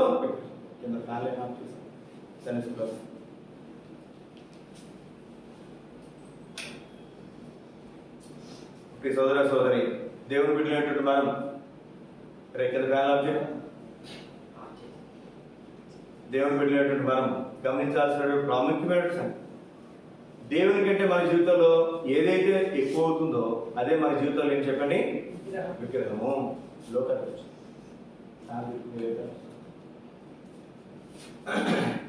మూడవ మాట జ్ఞాపకం చేస్తాను నేను. దినవృత్తాంతములు 2వ గ్రంథం 20వ అధ్యాయం. దినవృత్తాంతములు 2వ గ్రంథం 20వ అధ్యాయం 12వ వచనం. మా దేవా, నీవు వారికి తీర్పు తీర్చవా? మా మీదకి వచ్చి ఈ గొప్ప సైన్యముతో యుద్ధము చేయుటకు మాకు శక్తి చాలదు, ఏమి చేయుటకును మాకు తోచు, నీవే మాకు దిక్కని ప్రార్థన చేశావు. ఈ గొప్ప సైన్యంతో యుద్ధం చేయడానికి మాకేం చాలదు? శక్తి చాలు. అంటే ఏం చెప్తున్నారు చెప్పండి? మాకు చాలని శక్తి లేదు. నువ్వు శక్తి కలిగినటువంటి వాడు, నువ్వు సామర్థ్యం కలిగినటువంటి వాడు, నువ్వు ఏమైనా చేయటకు శక్తి కలిగినటువంటి దేవుడు. సోదర సోదరి, దేవుని దగ్గరికి వచ్చినప్పుడు ఈ మాట మనం చెప్పగలగాలి. నేను రోజున ఒకరితో మాట్లాడుతున్నప్పుడు, దేవుడు నాకు ఇచ్చాడండి, దేవుడు నాకు ఎంటెక్ సీట్ ఇచ్చాడండి, లేదా దేవుడు నాకు పలానా ఉద్యోగం ఇచ్చాడండి అంటే, దేవుడు ఇచ్చాడంటే నువ్వు చదివితే కదా ఉద్యోగం వచ్చిందంట. నువ్వు చదివితే కదా ఉద్యోగం వచ్చింది, నువ్వు చదివితే కదా, నువ్వు కష్టపడితే కదా నీకు ప్రమోషన్ వచ్చింది అంటుంటే నేను ఎవరు చెప్పాను? అయ్యా, మేము క్రైస్తవులుగా మేము ఎప్పుడు ఈ మాట చెప్తాం. ఏం చెప్తాం? మా దేవుడు మాకు ఇచ్చాడు. ఎవరు ఇచ్చారండి? మా దేవుడు మాకు ఇచ్చాడు. మనం ప్రార్థన చేసుకుంటే ఖచ్చితంగా ఒక ఎగ్జామ్ వెళ్ళేటప్పుడో, లేదా ఒక ప్రమోషన్ కోసం, లేదా ఇంకో సంగతి కోసమో, లేదా పెళ్లి చూపుకి వెళ్ళేటప్పుడు, లేదా పెళ్లి చేసుకున్నప్పుడు, లేదా పిల్లలు ఆపరేషన్ థియేటర్ తీసుకెళ్ళినప్పుడు, లేదా ప్రసవ సమయంలోనూ, లేదా పిల్లలు పుట్టిన తర్వాత వాళ్ళ చదువుల కొరకు, వాళ్ళ భవిష్యత్తు కొరకు ఇక్కడ మనం ఏం చేస్తాం చెప్పండి? ఖచ్చితంగా మనం ప్రార్థన చేసుకుంటాం. ఏమని? అయ్యా, మాకు శక్తి చాలదు, మేము చేతకారు, మాకు శక్తి చాలదు. సోదర సోదరి, ఈ మధ్యాహ్న కాల సమయంలో నీ జీవితంలో ఎదురే ప్రతి పరిస్థితుల్లో కూడా నువ్వు జ్ఞాపకం పెట్టుకో. చాలాసార్లు మనం అనుకుంటాం శక్తివంతులు, మనం ఏమైనా చేయగలం అనుకుంటాం, కానీ ఈ మాట మనం గుర్తుపెట్టుకోవాలి. ఇక్కడ ఏమని చెప్పాడు? ఎవరన్నాడు ఈ మాట? ఈ గొప్ప సైన్యంతో యుద్ధం చేయటకు మాకు ఎవరన్నాడండి ఆ మాట? ఒక రాజు అంటున్నాడు. రాజు అంటాడు అసలే మాకు శక్తి చాలదు అని ఒక రాజు చెప్పగలడా? నా చేత కాదు అని ఒక భర్త చెప్పగలడా పిల్లలు పుట్టించే విషయంలో? యాకోబు అంటాడు, ఏదమ్మా నా మీద దెబ్బలాడుతున్నావేంటి? ఎవరో దెబ్బలాడు, నీకు పిల్లలు ఎవరు ఉండటానికి నేను దేవునికి ప్రతిగా ఉన్నాను. నేను దేవుడినా నీకు పిల్లలు ఇవ్వడానికి? అసలు ఏ మగాడైనా ఏ మొగుడైనా భార్య అనే మాట్లాడి మాట నేను ఎక్కిస్తానమ్మా నీకు పిల్లల్ని అనగలనా? చెప్పండి, మాట్లాడరు అనలే. ఏ మొగుడు కూడా అనలేటువంటి మాట యాకోబు మనం నేర్పుతాడు. చూడండి ఏమని చెప్పి, నాకు శక్తి చాలదు, నేనే దేవుని కాదు నీకు బిడ్డలు ఇవ్వకుండా ఉండటానికి, బిడ్డలు ఇవ్వడానికి. అప్పుడు మారింది రాజాలమ్మ గారి యొక్క ఆలోచన విధానం. అప్పుడు దేవుడి మీద దెబ్బలాడినా మొగుడి మీద దెబ్బలాడింది. అప్పుడు ఎవరి మీద దెబ్బలాడింది చెప్పండి? దేవుడి మీద దెబ్బలాడింది. అందుకే రాబడినటువంటి మాట, దేవుడు రాహేలు మనవి విని ఆమెను జ్ఞాపకం చేసుకుని, ఎంత అద్భుతమైనటువంటి మాట వచ్చింది. కాబట్టి నా జీవితంలో ప్రతి పరిస్థితిలో కూడా మనం ఏం చేయాలి చెప్పండి? ఒక మాట గుర్తుపెట్టుకో, లేదా అలవాటుగా ఆచారాలు చెప్పడం కాదు, నాకు శక్తి లేదు, నాకు శక్తి చాలదు, నాకు తిరుగులేదు అని చెప్పడం కాదు. కానీ యథార్థమైన మనసుతో మనం చెప్పగలిగితే దేవుడు అద్భుతాలు చేస్తాడు. ఇక్కడ మనం తెలిసిన తర్వాత ఆ యుద్ధంలో ఇశ్రాయేలు యుద్ధమే చేయలే, శత్రువులు పారిపోయారు అంతే. ఎందుకని? నాకు శక్తి చాలు. అందుకే దావీదు జీవితంలో చూడండి, ఎప్పుడు అవకాశం దొరికినప్పుడు ఎక్కడికి వెళ్ళాలనుకునేవాడు? మాట్లాడడం. యెహోవా మందిరంలోకి వెళుదామని జనులు నాతో అనినప్పుడు నేను సంతోషించాను. ఎవరైనా మీ ఇంటికి వచ్చి, అన్న మందిరాన్ని పోదాం, అక్క మందిరాన్ని పోదాం అంటే, అక్క నీకంటే పని లేదు, అక్క నాకు ఎన్ని పనులు ఉన్నాయి అన్న, నీకంటే పని లేదన్నా, మాకు ఎన్ని పనులు ఉన్నాయి అట్లా అనమా? అంటామా? మనకి ఇన్ని పనులు ఉంటే చంద్రనారాయణ అంటాడు ఎప్పుడు, నేను మీ అందరికంటే ఎక్కువ కష్టజీవిని. ఎంతకు ఎన్ని గంటలు పని చేస్తున్నా? నేను 18 గంటలు పని చేస్తున్నాను అంటే, నేను పని చేస్తున్నా లేదు ఆయనకే తెలియదు, మాకు తెలియదు. 18 గంటలు ఏ మనిషిని పని చేయగలడా? యవనస్తు చేయడం కూడా చాలా కష్టం. సరే ఇప్పుడు ఆయన అంటున్నాడు అనుకుందాం, అన్నాడు. ఇక్కడ మనం చూస్తే దేవుని వాక్యం, ఈ గొప్ప సైన్యముతో యుద్ధం చేయ శక్తి నాకు చాలు. సోదర సోదరి, ఒక రాజు అంటున్నటువంటి మాట ఈ రోజుల్లో ఏ మనిషి అనలేడండి మాట, ఏ సీఎం ఏ పిఎం అనలేడు మాట. మన అమెరికా అధ్యక్షుడు ఇప్పుడు ఎవరు చెప్పారు? బైడెన్. ఇంకొక నెలలో ఎవరు వస్తారు? నెక్స్ట్ మంత్ ట్రంప్ మాత్రం అంటాడండి మాట. అమెరికాను కాపాడేది ఎవరు? అమెరికన్ ప్రెసిడెంట్ కాదు, ఎవరు? జీసస్. ఎన్నిసార్లు చెప్పాడు ఆ మాట? నాకు కావాలంటే వినండి, ఓల్డ్ వీడియోస్ వినండి. అమెరికాను కాపాడగలిగేది ఎవరు? మన దేశం, మన సైన్యం, మన దేశ అధ్యక్షుడు కాదు. ఎవరు? సైన్యములకు అధిపతి అగు యెహోవా, యేసుక్రీస్తు మనం కాదు.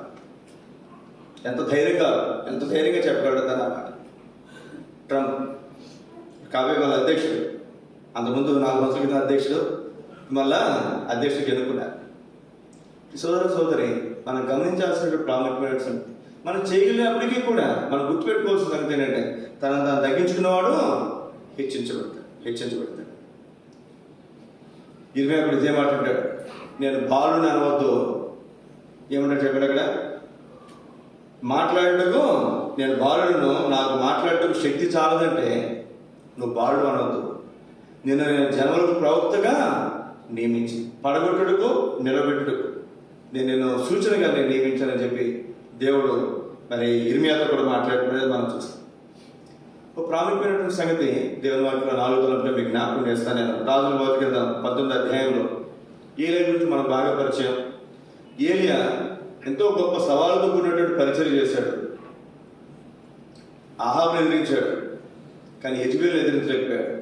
యెజబెల్ ఏమని చెప్పండి?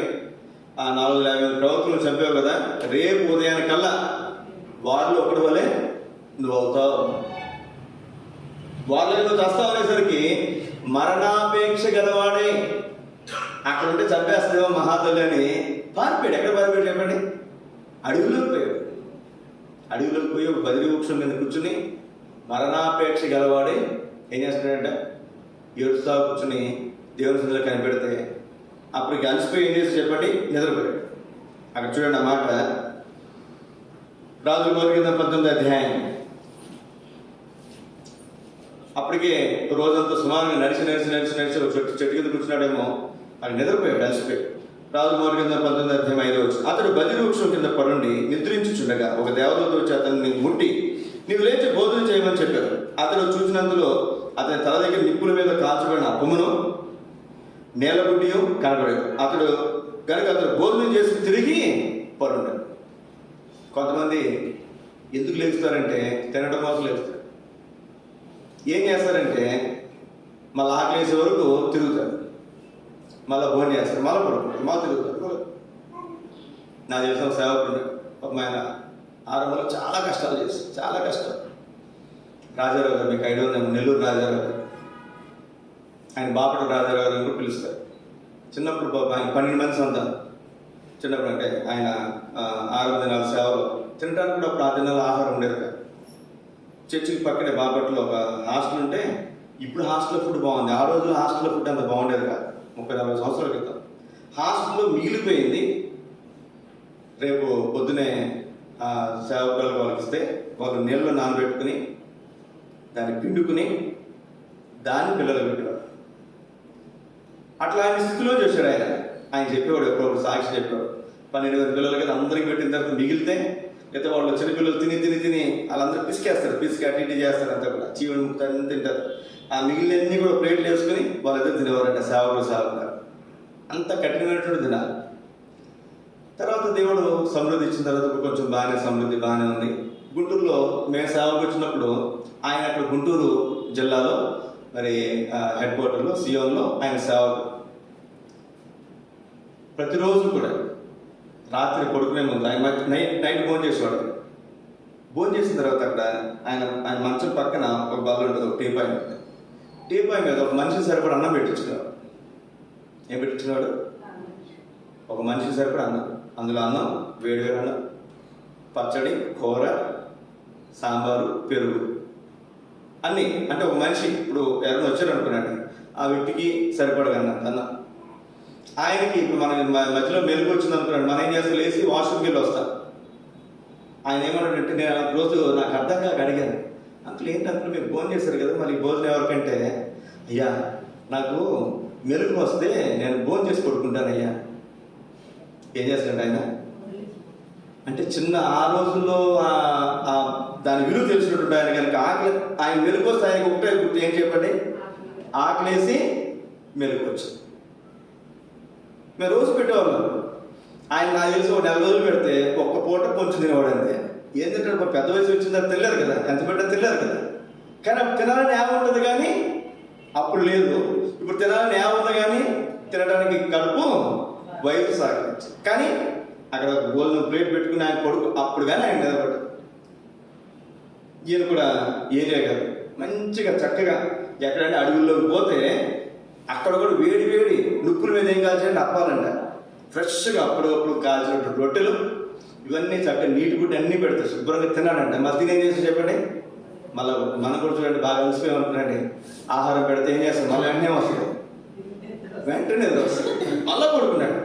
మళ్ళీ చూడండి దేవుడు అక్కడ 7వ వచనం, అయితే యెహోవా దూత 2వ మారు వచ్చి అతని ముట్టి నీ శక్తికి మించిన ప్రయాణానికి సిద్ధమైనది కనుక నీవు లేచి భోజనం చేయమని చెప్పినప్పుడు అతను లేచి భోజనం చేసి ఆ భోజన బలం చేత 40 రాత్రి పగలు ప్రయాణం చేసి దేవుని పర్వతం పేరు పెట్టుకున్న హోరేబులోకి వచ్చాడు. మళ్ళీ వెంటనే దేవునితో వచ్చింది, తట్టింది, మళ్ళీ 2వసారి భోజనం పెట్టిందంట. అలా భోజనం పెట్టి ఏమన్నా చెప్పండి, నీ శక్తికి మించిన ప్రయాణము నీ కోసం సిద్ధంగా. అసలు మామూలుగా శక్తి కలిగినటువంటి ప్రవక్త ఎవరు అంటే ఎవరి పేరు చెప్తాం మనం, ఏలియానే. అట్లాంటి ఏలియా శక్తికి మించినటువంటి ప్రయాణం తనకు సిద్ధపడి ఉందంట.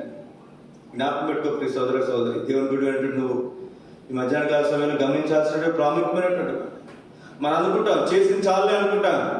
ఇప్పుడు ఏలియా అనుకున్నాడు, ఇంకా చాలయ్యా, నా పితృలుగా నేను గొప్పవాడిని కాదు, దాన్ని తీసుకోమన్నాడు. ఇప్పుడు దేవుడు ఏమన్నా చెప్పండి, నీ శక్తికి మించిన ప్రయాణికి వస్తుంది. నువ్వు పలానా రాజుని అభిషేకించు, నీ పలానా మరి ఇశ్రాయేలు దేశంలో పలానా రాజుని అభిషేకించు, నీ తర్వాత ఎలీషా ప్రవక్తగా అభిషేకించు. ఎన్ని బాధ్యతలు! ఆ బాధ్యతలన్నీ ముగించిన తర్వాత తాను అప్పుడు దేవుని ఎదుగు తాను సోదర సోదరి, మన జీవితంలో అనుకుంటాం కొన్నిసార్లు ఇంకా చాలు, ఇంకేం బతుకుతాలే, ఇంకేం చేస్తాలే, ఇంకేం చూస్తాలే అనుకుంటాం. దేవుని వాక్యం మనం చూస్తున్నాం. దేవుడు ఈ 2 సార్లు ఆహారం, కొత్త నిబంధన, పాత నిబంధన, కొత్త నిబంధన 2 మనకి ఇచ్చాడు. ఈ వాక్యాన్ని మనం చదువుతున్నప్పుడు, ఈ వాక్యాన్ని మనం ఆహారంగా తీసుకుంటున్నప్పుడు, ఆహారం తీసుకోవడం వాక్యం చదువుతున్నప్పుడు, ఈ వాక్యాన్ని మనం వింటున్నప్పుడు మనకు శక్తికి మించిన కార్యాలు కూడా చేయడానికి దేవుడు మనకు తగిన శక్తిని మనకు అనుగ్రహిస్తాడు. ఇది మనం జ్ఞాపకం పెట్టుకోవాలి. చూడడానికి ఒక చిన్న మాట మీకు జ్ఞాపకం చేసి ముగిస్తాను. నేను లూకా సువార్త 3వ అధ్యాయం 16-17 వచనాలు. యోహాను, నేను నీళ్ళలో మీకు బాప్తిసం ఇస్తున్నాను, అయితే నాకంటే శక్తిమంతుడు ఒకడు వచ్చినాడు, ఆయన చెప్పులు వారు ఇప్పటికైనా నేను పాత్రను కాను. ఆయన పరిశుద్ధాత్మలోను అగ్నితోనూ మీకు బాప్తిసం ఇచ్చును. ఆయన చేతిలో ఉన్నది. ఆయన తన కళ్ళను బాగా శుభ్రం చేసి తన పొట్టులో గోధుమలు పోసి ఆరని అగ్నితో పొట్టు కాల్చివేయని అందరితో చెప్పారు. ఎవరు మీరు జాగ్రత్తగా ఆలోచన చేయండి. బాప్తిసం యోహానికి యేసుక్రీస్తు వారికి ఎంత వ్యవధి? సుమారు 6 మాసాలు. సుమారు 6 మాసాలు. ఎందుకంటే 6వ మాసం వచ్చినప్పుడు మరియమ్మ ఎలిజబెత్ ఇంటికి వెళ్తాడు. ఇప్పుడు 6 నెలలు పెద్దవాడు. కానీ మొదటగా ప్రవక్తగా పిలువబడింది ఎవరు? బాప్తిసం యోహానే. తనకి చాలా మంది శిష్యులు ఉన్నారు. ఇప్పుడు ఈ యోహాను అంటున్నాడు, నా వెనక వచ్చేవాడు నాకంటే శక్తిమంతుడు. సహజంగా ఈ మాట మనం చెప్పలేము. ఎవరి గురించి చెప్తామంటే మన కొడుకు గురించి, కూతురు గురించి మాత్రమే చెప్తాం. నేను ఆయన పెయింటింగ్ చేయడానికి వచ్చేది, ఆయన వచ్చినప్పటి నుంచి అయిపోయేంత వరకు నా కొడుకు అట్లా, నా కొడుకు ఇట్లా, నా కూతురు ఇట్లా, వాళ్ళ ఉద్యోగం గురించి, వాళ్ళు చేస్తున్న సంగతుల గురించి చెప్పడమే పని. ఇప్పుడు దగ్గర 7 సంవత్సరాలు వస్తున్నాడు నా దగ్గరికి. 7 సంవత్సరాలు బట్టి కూడా అయిపోయిన తర్వాత అక్క మా అమ్మ అన్నారు. ఏంటండి ఆయన వాళ్ళ అబ్బాయి గురించి చెప్తారా ఉన్నాడు పొద్దు నుంచి. ఎందుకని? కొడుకు కాదు. అదే పక్కింటోళ్ళ కొడుకో ఎదురింటోళ్ళ కొడుకో అంత గొప్పవాడు అయ్యాడు అంటున్నాడు. ఉదాహరణ అనుకుందాం, చెప్తారా? వాళ్ళ మీద ఈర్ష్య ఉంటుంది. ఏముంటుందండి?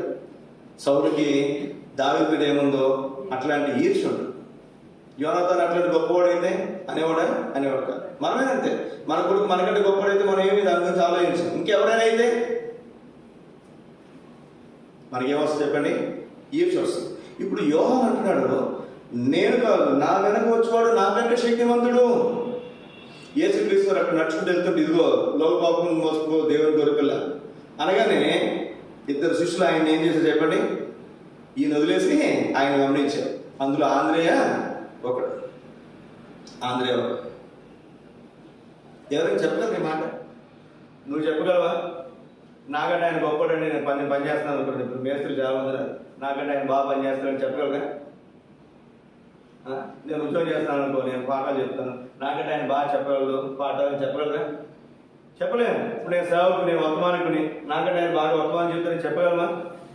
చాలాసార్లు మనం చెప్పలేము. సోదర సోదరి, ఈ మధ్యాహ్న కాల సమయంలో మనం జ్ఞాపకం చేయబడుతున్నటువంటి ప్రాముఖ్యమైనటువంటి సంగతి యోహాను చెప్పగలుగుతున్నాడు, నాకంటే వెనక వచ్చేవాడు నాకంటే శక్తి గలవాడు. ప్రభు యేసుక్రీస్తు వారి గురించి మాట చెప్పగలుగుతున్నాడు. ఒక మాట యేసుక్రీస్తు వారి గురించి మనం చూస్తే లూకా సువార్త 12వ అధ్యాయం 4-5 వచనాలు.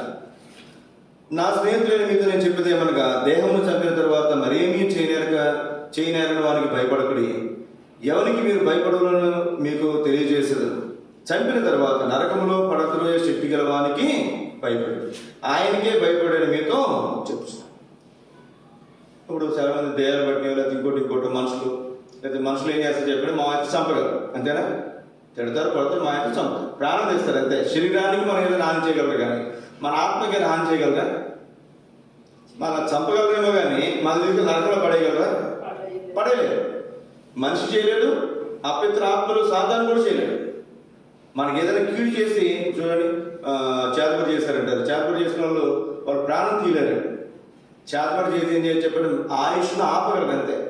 మళ్ళీ చేతపడి చేసినటువంటి వ్యక్తి అతను ఎక్కడైతే కూర్చోరో అక్కడికి పోయి అది తవ్వి ఆ వ్యక్తిని ఏం చేసి చెప్పండి? పీక్ కోసం అప్పుడు చంపుతారు.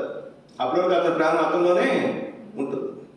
అంటే ఏ మంత్రం ద్వారా, ఏ శక్తి ద్వారా ఎదుటి వ్యక్తి ప్రాణాన్ని తీయలేరు. ఏ శక్తికి అవకాశం లేదు. ఒక ప్రాణాన్ని తీయొచ్చేమో కానీ నరకానికి అయితే పంపలేదు. ఎవరికి భయపడాలి మనం? చంపిన తర్వాత నరకములో పడదోయే శక్తి గలవానికి భయపడాలి. నరకానికి పంపగలిగినటువంటి వాడు ఎవడు? చెప్పండి, నీకు అర్థం కావాలంటే మాట్లాడతారు. సంఘానికి లేదా పేదలకి పరలోకం యొక్క తాళపు చెవులు ఇచ్చాడు. ఏమిచ్చాడండి? పరలోకం యొక్క తాళపు చెవులు ఎవరికి ఇచ్చాడు? సంఘానికి ఇచ్చాడు, లేదా పేదలకు ఇచ్చాడు. ఎవరైనా వ్యక్తిని మనం పరలోకాన్ని తీసుకుని వెళ్ళగలం, అంతే మనం చేయగలిగింది. పాతాళ లోకం యొక్క తాళపు చెవులు దగ్గర ఉన్నాయి.